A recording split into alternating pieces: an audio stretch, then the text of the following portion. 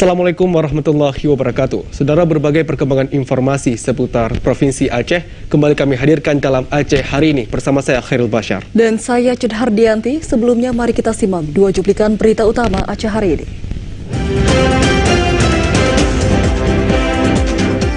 Dua bangunan terbakar di Sabang, salah satunya merupakan penginapan Z-House di Jalan Diponegoro. Badan Narkotika Nasional memusnahkan ladang ganja seluas 6 hektar di kawasan Sawang, Aceh Utara. Dua cuplikan berita tersebut akan mengisi Aceh Hari Ini dan dirangkai dengan sejumlah berita menarik lainnya yang berhasil dihimpun oleh tim redaksi TVRI Aceh. Dan saudara, berikut kita simak Aceh Hari Ini selengkapnya.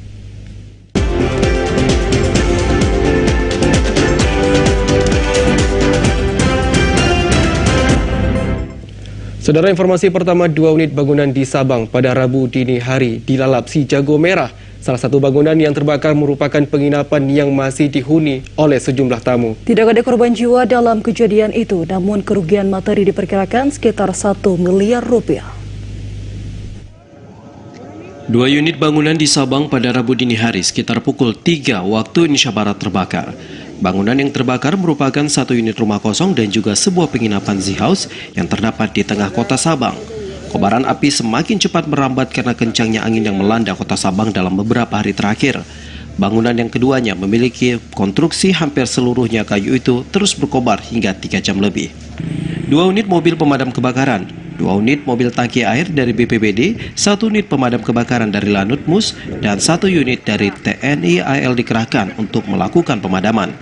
Kabid Kedaruratan dan Bencana BPBD Kota Sabang Budiman mengatakan bahwa pihaknya langsung menuju ke lokasi setelah menerima informasi terkait dengan kebakaran ini. Sementara itu 25 orang tamu yang sedang menginap pun dievakuasi ke tempat yang lebih aman. Sekitar jam 3 dini hari kami pos piket damkar menerima telepon dari masyarakat bahwasanya sudah terjadi kebakaran ini. Ya, kesulitan punya teman di hotel Z-House ini kan posisi penuh, Pak.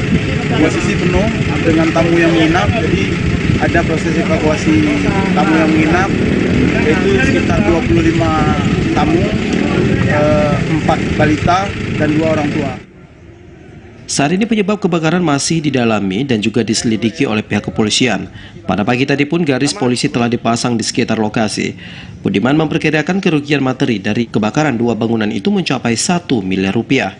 Sementara itu dari informasi yang didapat, kedua bangunan termasuk situs bersejarah karena dibangun pada masa kolonial Belanda. Dari Sabang, Mahfud, TVRI melaporkan.